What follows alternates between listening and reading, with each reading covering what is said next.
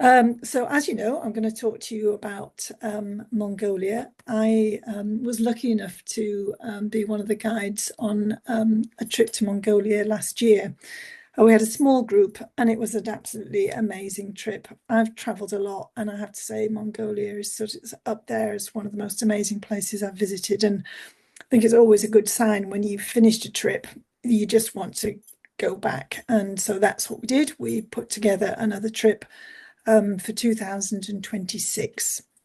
So I guess I want to show you a bit about Mongolia and hopefully tempt you to join me in 2026.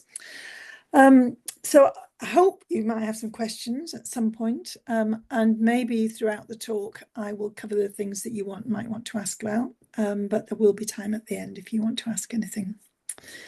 So our next trip to Mongolia is May, the end of May, beginning of June next year. It's a 17-day trip, so that's 15 days in Mongolia and 2 days traveling either side.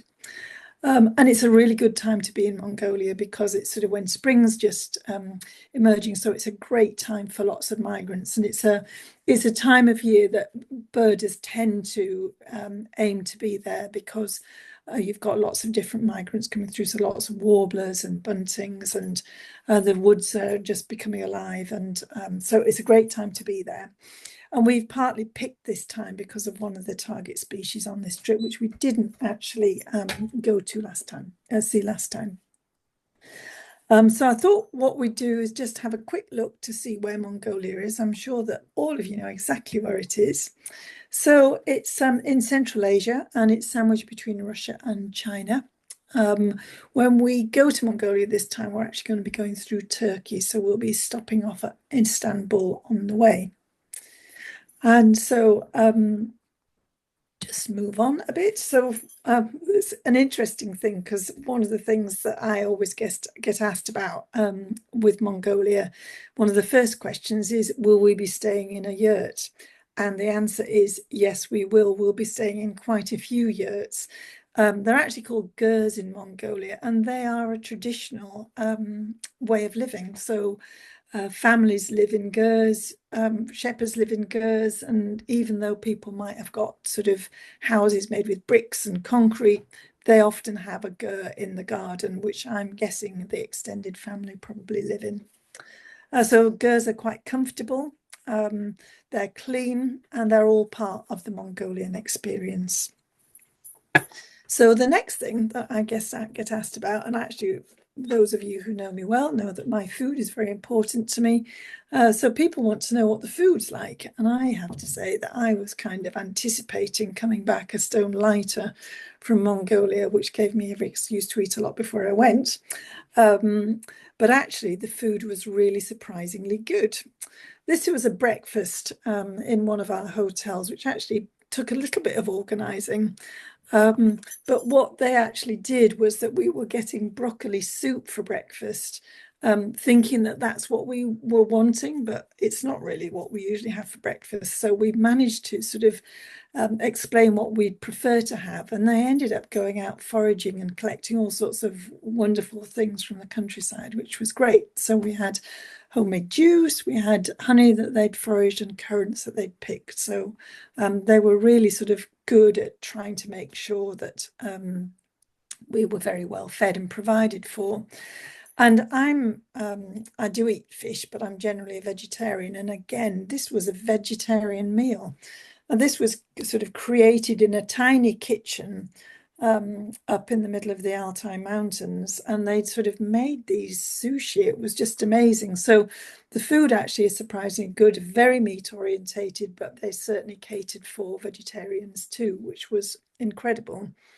One of the places that we went to, they actually sort of took all the food out with them, so there'd be meat and vegetables, prepared it in the back of one of the vehicles. One day they even took a great huge bowl of rising dough. And when it came to lunchtime, the dough was sufficiently risen. They actually were able to cook us lovely, fresh, flat breads. So lunch, often a picnic. Here we are. There's the Land Cruisers, which you'll see frequently throughout the slideshow. These are the vehicles that we spend quite a bit of time in, extremely comfortable, but very adaptable. So here you can see the chef preparing something out of the back of the Land Cruiser, and a typical picnic, just sort of food that they've put together and food that we've often bought in local supermarkets just to sort of supplement and make sure everybody's got something that they want. These mushrooms were amazing. They were delicious. So they're served on a beef stew. Again, you can see quite a lot of variety, always nicely presented, and often eaten in beautiful surroundings. I should have said at the beginning here that actually there are two people here on this photograph, Chris Hutchinson and Richard Lindop, who provide an awful lot of the photographs for the presentation. So thank you very much to them, and to Eco Tours, who are our ground agents on this holiday, and a lot of mine. So here we are enjoying one of our picnics up in the high Altai Mountains. You see everybody's well wrapped up, but enjoying fantastic homemade soup. Some of the food wasn't quite to everybody's taste, and we certainly won't be making you eat any of this. So food, all part of the experience. Not everything was to everybody's liking, but certainly all the people in the sort of the accommodation we stayed in did their absolute utmost to make sure that we were fed and given something that we liked. And I guess that when we get something we don't like, sometimes it can be quite fun, as long as we don't get something we don't like every day. But generally speaking, the food was pretty good. So I'm going to, those are the sorts of things that people often ask at the bit, you know, when we're talking about Mongolia, because they're really important sort of housekeeping things that help us enjoy the holiday. So map of Mongolia here. I had fun trying to find some symbols here that represent the sort of thing that we might see. And as you can see, they aren't entirely accurate. If you look to the west, you can see a rather nice pussycat that symbolizes Snow Leopard. And then to the east, we've got a turkey, which actually symbolizes, it was the closest thing I could find to a capercaillie. So we've got 5 different locations that we'll be staying in. One is in the capital. The capital is called Ulaanbaatar, and I am going to shorten it to UB because it's much easier to say and much quicker to say, and I'm not likely to get that wrong. So UB is the capital, and that's where we fly into. So that's under the bird, over the horse. So the next 3 sites, one we go to, which is where the, this is another word I can never get right. Somebody might be able to correct me, the Przewalski's horses. And we go to 2 other sites that focus very much on birds. And then the other site over on the west coast is, on the west side, sorry, not west coast, is for snow leopard. So our bases, we will be staying in Gers in all but one base, which is the UB base, in which we will be staying in hotels with ensuite facilities. The Gers we have hot showers, we have toilets, but they are not ensuite. But the Gers are very comfortable, the beds are very comfortable.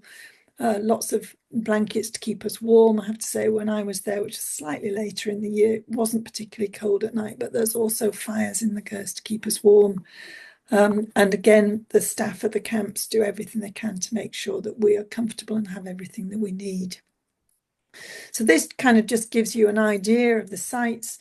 You'll see that from the area where the horse is to the area where the cat is quite a big distance. We do have one internal flight. The rest of the time we'll be traveling mainly in Land Cruisers. The Land Cruisers are incredibly comfortable, and our drivers are superb. They clean the vehicles every day. They seem to take them apart and put them back together again every day. Just incredible. And they make sure that that we're traveling in a very comfortable manner, because some of the travel is on tarmac roads, but quite a lot is not on tarmac roads. But our drivers seem to choose the right routes to go down to avoid too many bumps. And I was lucky to actually drive one of the vehicles very briefly, and the care that was taken to make sure I didn't go over any bumps by the owner of the vehicle was exceptional. So Ailey, I hope, might hear this and come and bring me some water, because I forgot to get any water before I started. So this is one of the hotels with the ensuite facilities, and that's one of the places that we'll start. The other thing to say is that climate, we do go up to altitude. This is the highest altitude I recorded, that's 11,000 feet. I certainly was affected a little bit by altitude on occasion, more that it sort of just slowed me down. I started to walk uphill at one point and slowed down very, very quickly, much to the amusement of everybody who saw me charging up a hillside and then sort of taking photographs of plants instead of carrying on. And that was all. Here's my water, excuse me. Thank you very much, Hayley. Thank you, sorry. So yeah, the altitude did slow me down, and I think that's probably not necessarily a bad thing, as some of you may agree. But nobody suffered from any other ill effects other than just needing to slow down and walk quite slowly. Mosquitoes, certainly when I was there, were a bit of an issue on occasions, not at this altitude, but certainly need to be prepared for the fact that we do get some mosquitoes. Throughout the presentation, I'm just going to play one or two videos. This just gives you a flavour of what it's like in Mongolia. So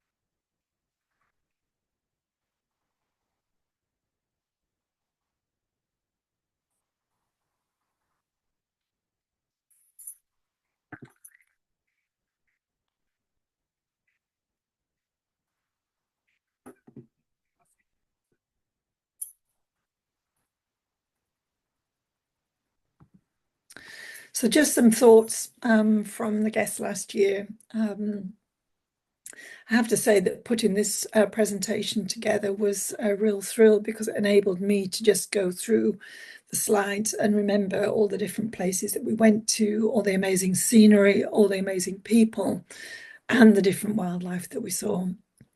So we'll get on to the exciting bits now. I've gone through some of the practical things, which happens actually at the beginning of any Speyside wildlife trip, I think. So, of course, people go to Mongolia, or come to Mongolia, often to see snow leopard. Mongolia is about so many other things other than snow leopard. But snow leopard is obviously a target species, an incredible species. Mongolia has the second largest population of snow leopards in the world. I think there are around 9. I think I read figures that it said there are about 953. I don't know why it would be about 953. Why didn't it say about 950? But anyway, that's the numbers. They are endangered, they are protected, and they're just spectacular, beautiful, beautiful animals. So one of the reasons that this holiday is special is that I don't know about any of you sort of listening to the to me speaking. I've always wanted to go and see snow leopard. I certainly have always wanted to go, and just never, I suppose, as a young person, imagined having the opportunity to go and do something like this, to see snow leopard. And a lot of trips in the past, particularly, to go and see snow leopard, you have to be able to be quite fit, and you have to be able to walk long distances. And you have to be able to withstand cold as well. On this holiday, you do not have to walk long distances. You do not have to be a mountaineer.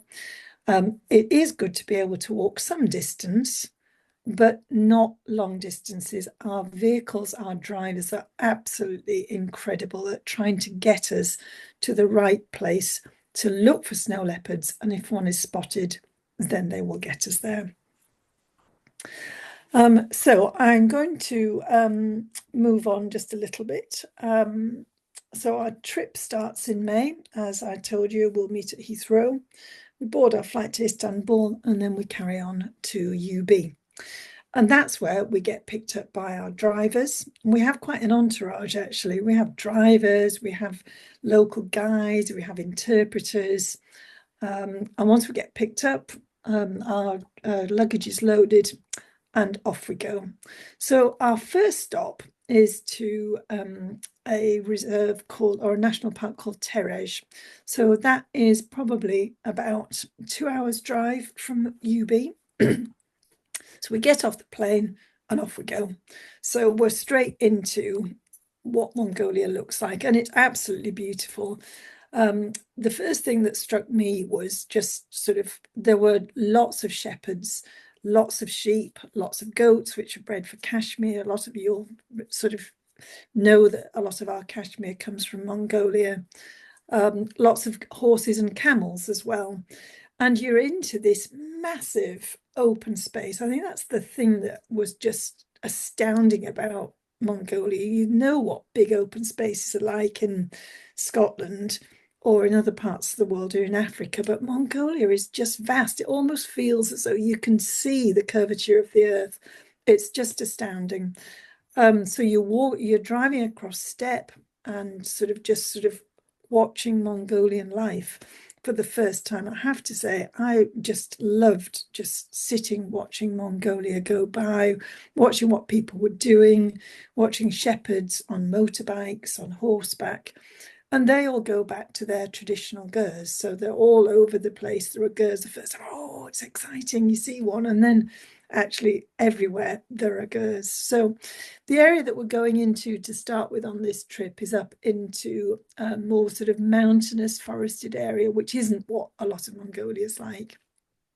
So this is going up into, I'm never sure whether it's called Taiga or Taiga forest. So I'm going to call it Taiga forest. So these are some of the herds of sheep and goats. And this is the site of our first ger camp. So you can see absolutely sort of spectacular rock formations here, right behind our camp. And so this is a sort of accommodation. You can see it's a very traditional, but sort of with modern aspects to it as well. So beautiful environment and a great place to look for birds and mammals. So here we are actually this was our first birding expedition. You sort of, as always, can't wait to get out and see what we can see. So this was some of the wildlife we saw here. We had pied wheat ear. And these are Tarbagan marmots. Most of you will have seen marmots and you'll have heard their call, just beautiful, characterful animals. And this also, a pika. This is, again, a mammal that we'll see a lot of that calls beautiful little creatures. But one of our target species here at Terej is the black-billed Capercaillie. Black-billed Capercaillie is slightly larger than our Capercaillie, possibly not quite as bulky, but certainly as spectacular. So this is going to require a bit of an early start for us to go up into the forest to try and find these birds lecking. As all of you know, Capercaillie is endangered here in the UK and we don't go out looking for them anymore. But here in Mongolia, they're not in such a dire situation. So hopefully we will be able to go out and look for this spectacular bird. Absolutely beautiful, very exciting indeed going to see these. So this is an area where when I was there last year, we were just after sort of the key period of migration. But it's an area where we will get lots of interesting smaller birds, so particularly different warblers. One of the big species that we want to get here is Siberian Ruby-throat, olive-backed pipit, citrine wagtail, red-throated thrush, Taiga flycatcher, and red-flanked bluetail. these are all birds that will be coming into Mongolia at this time. So it should be really busy. And when we're walking, we should be sort of surrounded by some of the sort of early spring flowers and also the sound of birdsong too.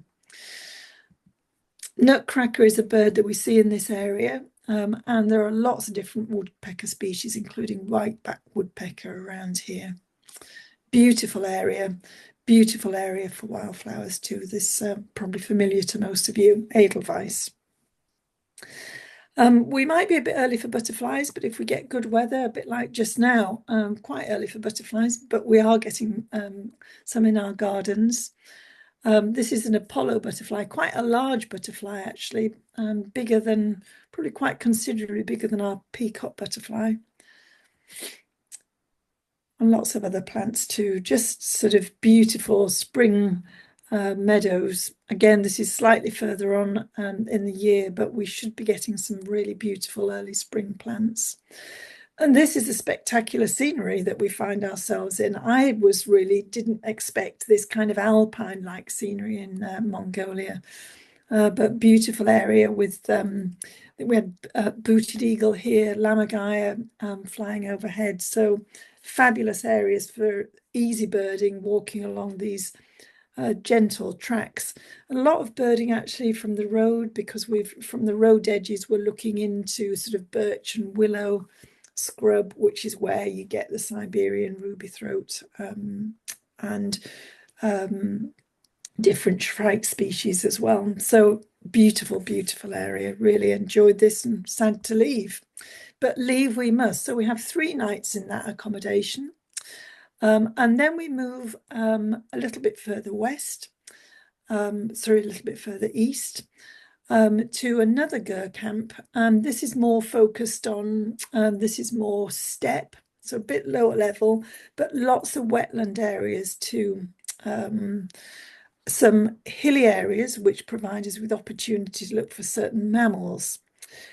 On the way, we will pass this rather spectacular statue of Genghis Khan. And what I didn't realize last time, and I want to remember this time, is that on the steppe, as you approach this, there are hundreds of statues of warriors as they're riding across the steppe. At first, I thought they were actually real horsemen, but because they were life-size, so I must remember to look for them next time. A spectacular sight, actually quite good for birds as well around here. So horses are a feature. If you're a horse lover, you will see so many horses. If you are a horse lover, you won't be happy me saying this, because these horses are not bred for riding, they're bred for meat. Apparently it's meat that is eaten a lot in the winter is the camel meat, and I understand that horse meat isn't very nice, and do not worry, you will not be getting any of that. So this is our second ger camp. It's a spectacular location. So this is sort of on it's on a floodplain really. So there are mountains either side and wetland areas around us. So really sort of lush area with these sort of very neat gers outside. And whilst we're here, it's a great place to look for waders, but our key target species here are the white-naped cranes, absolutely spectacular. So we've got 3 species of crane that we might see here: white-naped, demoiselle, and common crane, along with a myriad of other wading birds and wetland birds. I think we had 6 different species of sandpiper here, so it's a real opportunity to brush up on those wader ID skills. But don't worry, we do have guys with us. And of course, we're all experts at identifying waders that we haven't seen very often. But it's a great challenge and great fun trying to sort of sift out the different waders from around these water holes. It was an area where it had lots of white-winged tern. So here we are, sorting out the waders. Also black-necked and red-necked grebe out on the water here. Lots of ruddy shelduck, gargony, black stork. And this is another mammal that we might just be lucky and try and see. When we were staying at in this area before, we went out in the evening in search of Pallas's cat. As you can see, really difficult to see because of their incredible camouflage, but beautiful animals, and another one I would really like to see. So we'll try our best to find one of these. You can see there's inside the restaurant here, beautifully done, great care taken out. And actually, if you look through the windows at the back of this accommodation, you can see the wetland area, so fabulous views. And all around the accommodation, we're looking for birds like hoopoe and Pear David snowfinch and red-billed chough frequent the area. So lots of birds just on the doorstep, just outside the camp. There are various birds and mammals that we look for when we're out and about. So there's the wetland areas that I've just spoken about, but then there's also the sort of hilly areas. The hilly areas are where we might look for Dorian partridge. You can see not dissimilar from our grey partridge. And this is just, it was a spectacular late afternoon drive, actually, across the plains here. This rainstorm coming in, but just give you a flavour of what it feels like to be driving across the steppe.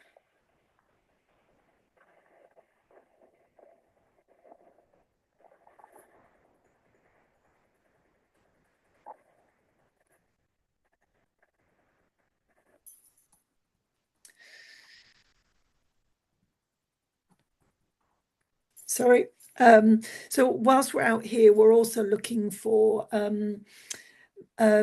mammal called a Corsac fox and our Garley sheep. Our Garley sheep is a large, sort of almost like an ibex, which is a really sort of rare mammal out here. So we also go for night drives looking for jerboa and Corsac fox and anything that may appear in front of the vehicles.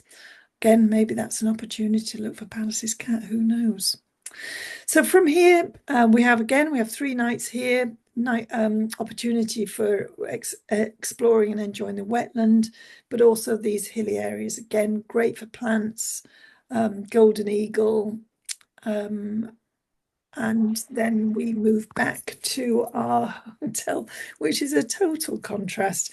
It's quite funny, really, because we go from staying in a camp to staying in this rather glamorous hotel, which is in the middle of nowhere, really, on the outskirts of UB. So this isn't in the city, which is one of the reasons why we're staying there. It's actually in a rural landscape surrounded by fabulous birds. So unfortunately, some of the birds we didn't get photographs of. These are actually Dorian jackdaws, which are a bit like a cross between a jackdaw and a hooded crow. Rather handsome black and white birds. The more impressive birds around the hotel are azure tit, beautiful blue and white tit, a little bit like a blue tit, but blue and white instead of blue and yellow. Azure-winged magpie, a moor falcon, and lots of black-eared kites. Black-eared kites are a bird that we'll see throughout the trip. And the other bird that we see a lot of, which I just loved, I do love swifts, was Pacific swift. And we saw them wherever we went, which is always just lovely to see swifts and to hear them. This is black-eared kite. I put this in a bit randomly, really, but from our base in UB, we go to the airport. The airport's not a big airport.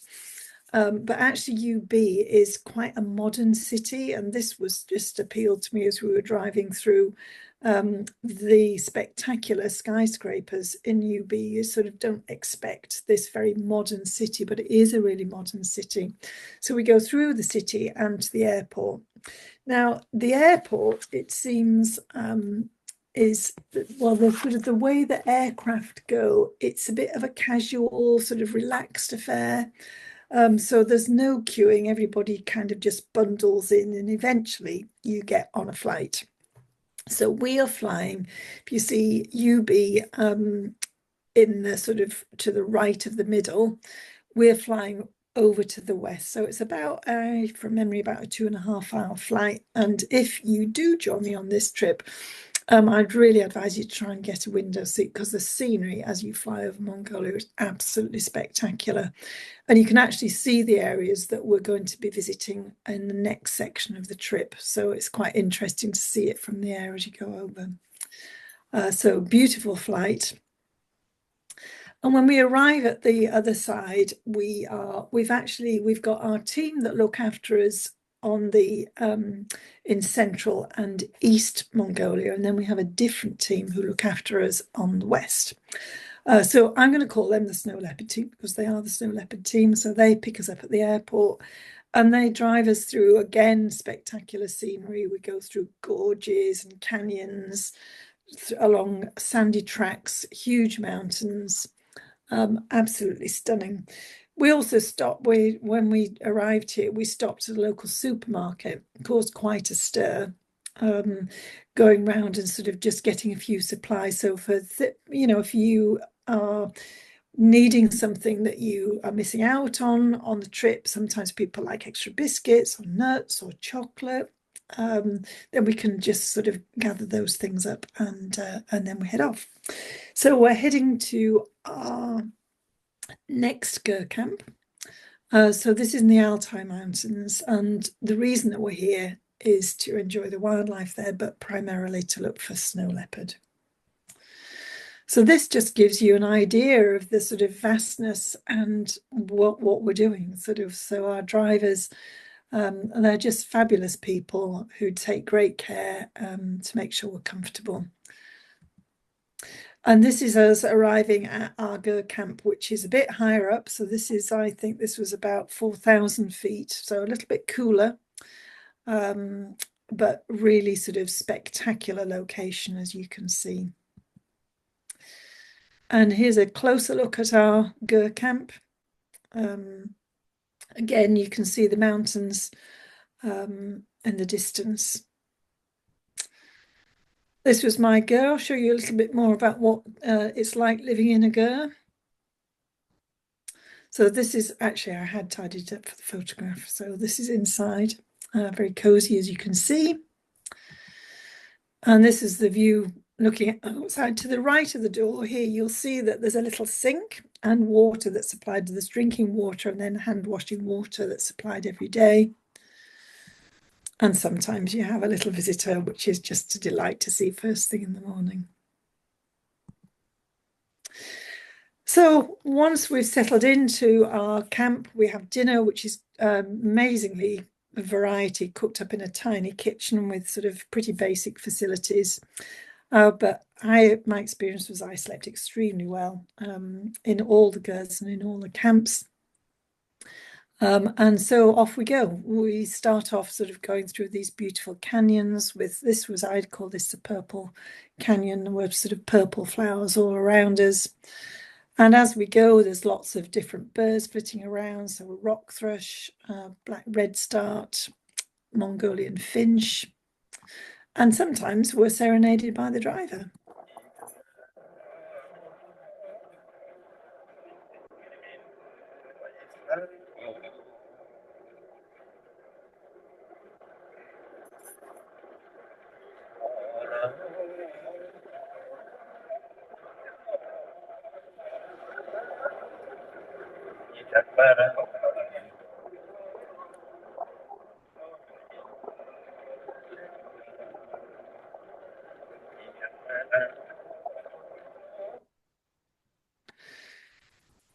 So our driver, he would just suddenly start bursting into song, which felt a bit weird at first, I have to say, but he was a professional singer and really loved to entertain us. And the more we engaged with him, the more he would just sing for us as we went along. He was delightful. So rock thrush here. And as we go, the scenery, the higher we get, the scenery gets more and more spectacular. And with every rise, so you're sort of going up these steep slopes and then suddenly dropping down again along sandy tracks, along rocky tracks, up bits of track you think you're not going to get up, and then you do. But your heart's in your mouth when you come over a rise and you see this. It's just absolutely incredible, absolutely beautiful. And as we go, we often see these sort of friendly shepherds. Again, up on these sort of high levels, lots of sheep, goats, camels. Yeah, lots of camels. Very noisy creatures. I didn't realize they were so noisy. There was some near our camp that would go, they sort of went off during the day and came back at night, making all sorts of incredible noises. I assume it was the camels, actually, not the people in the next gur to me. Didn't always give us a great view. Lots of horses on the tops of the hills. Again, beautiful, stunning light. This was sort of late afternoon as we were coming back. And on the high tops, yaks. What amazing animals are they? They're just like somebody's sort of created these things, put all these sort of leftover bits together and created a yak, because their tails don't sort of match their heads and their bodies don't match their, I don't know. Amazing creatures though. So this, what we're aiming to do here is our drivers are trying to get us to a good vantage point. And this was certainly a good vantage point. So we sort of set up camp. Our cook will start cooking lunch and we will start looking. We'll start scanning. So we're scanning the hillsides looking for snow leopard. And Pallas's cat here as well, but we're looking for movement. So as you can see, they're pretty big mountains. So actually spotting something is quite difficult, which is why we have we've got professional spotters. So they might be sitting out on these far ridges scanning. So we're looking, and you can see we're a small group. There's not loads of people here. The people on the right are mostly our drivers and our cooks, and then there's ourselves on the left. And these spotters are out on motorbikes, and so it's incredible where they get to, but they get to the most remote places and suddenly you'll see this sort of motorcycle out in the middle of nowhere, sneaking up unexpectedly, or they're on horseback. So they're out looking, trying to find snow leopard for us all the time. But we're never bored because we're standing looking at this spectacular scenery and we see all sorts of things. So there's beautiful wildflowers. There's the opportunity to have overhead cinereous vulture. This is Himalayan vulture. And they just kind of drift over. And then, of course, there's the people. So these are our drivers, our spotters, and they're just fascinating. And they just sort of don these sort of traditional robes and they're just looking all the time, always trying to find us a snow leopard. And also they're looking at other things too. One of these guys just came up and set the scope upon a lammergeier, said, look at that. He'd spotted it.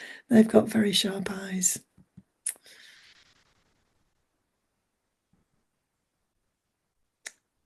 So I think this was sort of one of my happy places, really, just standing with the sun on your back, just sort of scanning out. Just beautiful. So this is the sort of thing we want to see. This is what we're hoping to see. But as you can see, seeing a grey cat in grey rocks on a grey mountain, not always that easy. So when a cat's spotted, it causes great joy. And you can see the guides here are just delighted. They've just had news that a cat has been spotted. In fact, not one, but 3. So we've got an adult cat with 2 grown kittens, or 2 grown cubs, have been spotted out in the mountains. So the next task is to get us there. So we actually spend 6 days at the Snow Leopard camp, which maximizes our chance of seeing snow leopards. So sometimes we might go out and we might not see anything. This was actually I think our 4th day. So out we go. So these are our vehicles going across the steppe. This was amazing because we were just in the middle of nowhere, but the vehicles got us where we needed to be. And this is where we needed to be. So it's not like, I mean, my experience, certainly when I've been wildlife watching in places like Africa and India, where you've got like queues of vehicles trying to get to see animals. This was just us, and we're not trying to get close to the animals. We're actually just trying to see them. So sometimes we're looking at them at distance because we're trying not to disturb them. And anybody going to look for snow leopards is taking binoculars and scope. Whereas if you're in Africa or India, people often don't have the sort of optics that we do. So we're trying to get views. And these are the kind of views that we had. This is just was just amazing. So this is just a short video that was taken through my telescope. So please bear with the quality, but these are the sorts of experiences that Mongolia is all about. Just astounding, just to be standing watching something like this is unforgettable.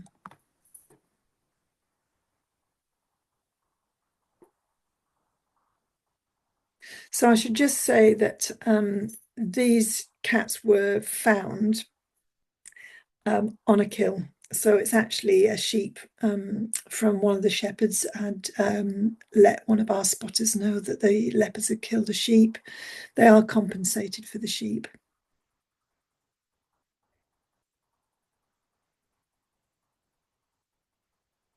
You can see it's just playing like a pussycat.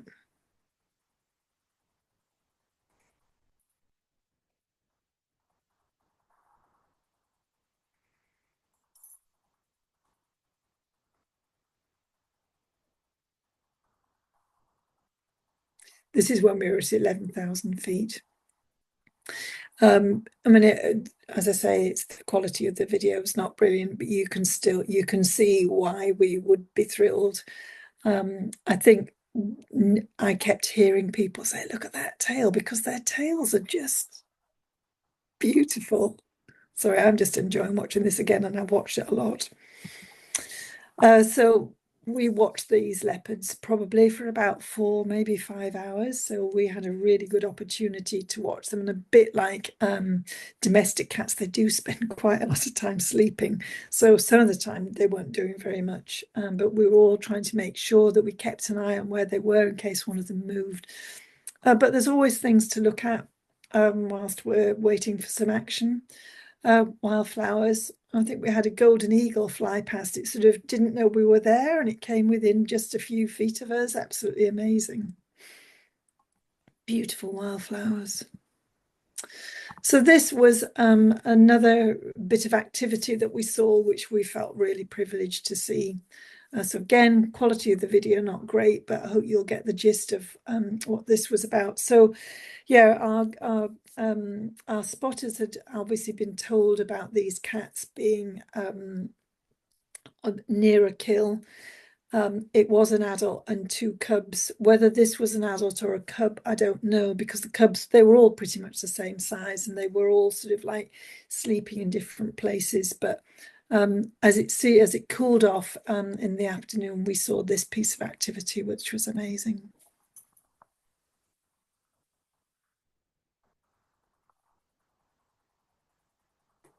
If you look at the left-hand top corner, you can see there's a goat.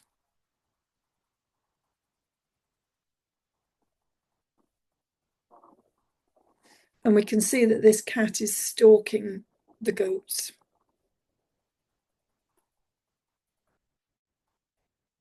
Oh, and the sheep.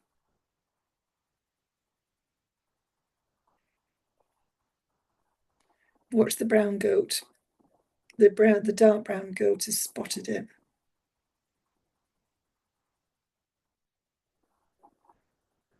It's just not sure.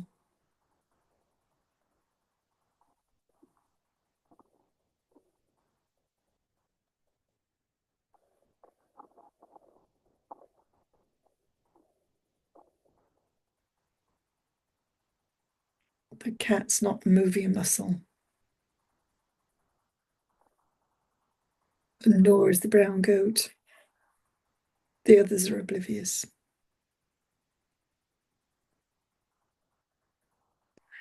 Oh, we're all holding our breath watching this.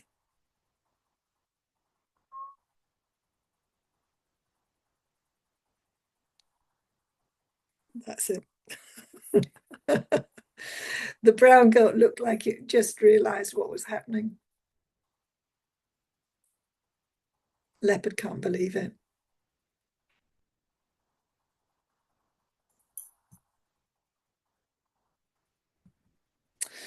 So this was where we'd been watching the leopard from. These are black-eared kites. They were actually eating up all the leftovers from our meal. The cook sort of just leaves the vegetables and bones and so on that they've used. So the kites were all coming in and making the most of the opportunity.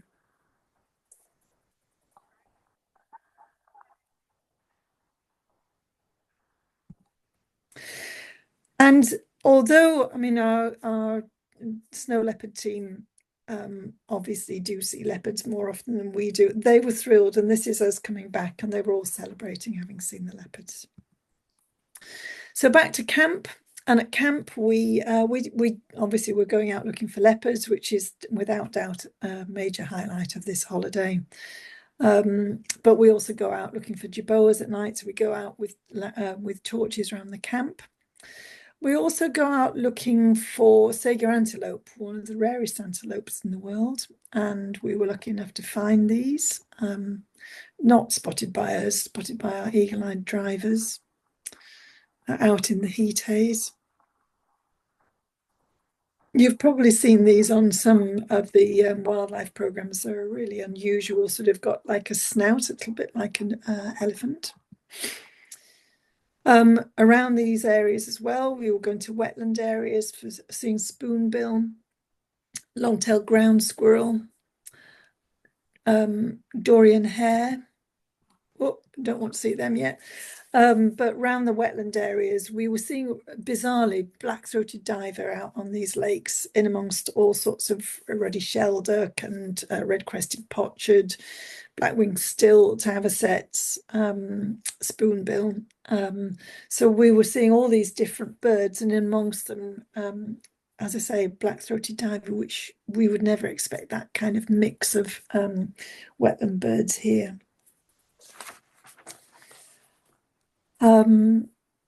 Sorry, I just need to check where I am.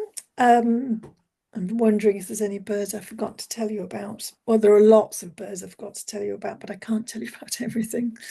We also go into the desert area where we're looking for Henderson's ground jay, beautiful bird. We're looking for Pallas's sand grouse, desert wheatear, and goitered gazelle, another gazelle species that we get on the holiday.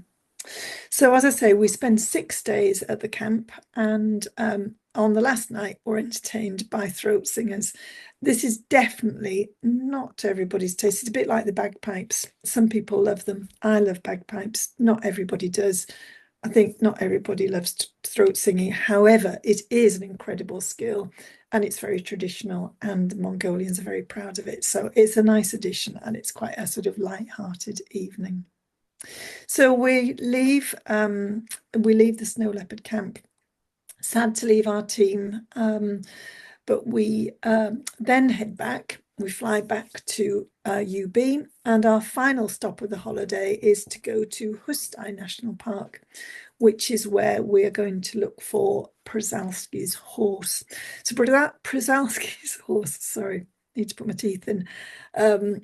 One of the only true wild horses left in the world. They became extinct in the 1960s and were reintroduced to Hustai National Park in 1992. Just a small population. I think there's now over 300 horses here. So they're beautiful animals. Here they are, very beautiful indeed.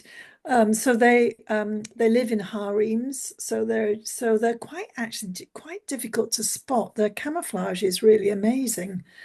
So they're up in the sort of hillsides. Again, this is a beautiful steppe area, but quite different habitat, really good for larks, lots of deep grassland, and fantastic for raptors, golden eagle, lesser kestrel, lammergeier, hobby. Did I say golden eagle? Anyway, say it again, because we saw more than one. Must be good for small rodents, I think. upland buzzard, and fabulous for insects. I'm afraid I don't know what this was, but it was a beautiful grasshopper. And we walked through this vegetation. There were just grasshoppers and moths flying everywhere. Absolutely stunning. This is the only woodland. You can see it's a pretty treeless landscape. And this was our picnic spot, our lunch spot, which we had to share with nesting black kites. They weren't very happy about it, I have to say. Again, lunch being rustled up in the back of the Land Cruiser.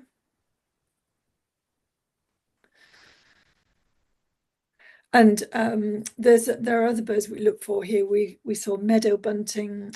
We look for Dorian partridge. Lots of different wildlife, and a beautiful area. We'll be staying for one night, again, our last night in a gur camp here. Now then, I think I've covered most of the holiday. It feels as though I've whizzed through it. I hope I haven't. I hope everybody stayed awake.